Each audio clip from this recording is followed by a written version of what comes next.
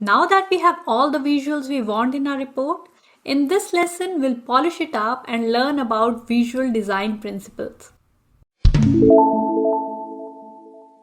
For finishing touches, let's start by adjusting and aligning the visuals for the last time. And while we are doing that, we'll talk about visual hierarchy and design principles that we have used in the report. Starting at the top left, we have placed the report title where it naturally draws the viewer's attention. It's the first thing anyone will see, setting the context for what the report is about. Right next to the title, we have positioned two slicers. This placement is strategic as slicers are like an interactive tool, so keeping them prominent ensures they are easy to find and use. Right below the title, we have placed three KPIs. Placing them at the top ensures they grab attention immediately and provide a quick overview of performance. Then we have arranged 6 charts in 3 logical pairs. The first 2 charts on the left focus on revenue information. The next 2 charts in the middle provide insights into units sold. And the final 2 charts on the right cover profit information. This flow ensures the data tells a story that's easy to follow, and a well thought out layout is a powerful way to guide your audience through the most important insights step by step. Now that the visuals are aligned, our report looks so much better and we are almost there.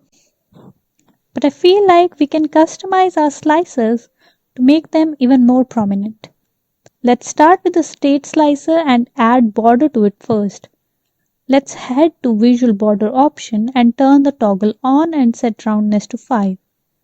Next, let's add a background color by selecting this light gray shade. Okay, so now let's make same customizations to the date slicer as well. We'll add the same background color to it and also add the border to it by turning the toggle on, and we'll set the roundness for it. And that's it.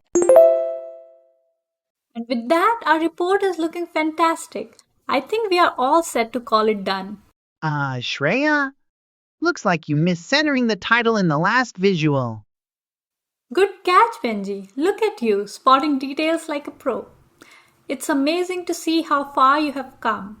Now, let's fix that title before we wrap this up.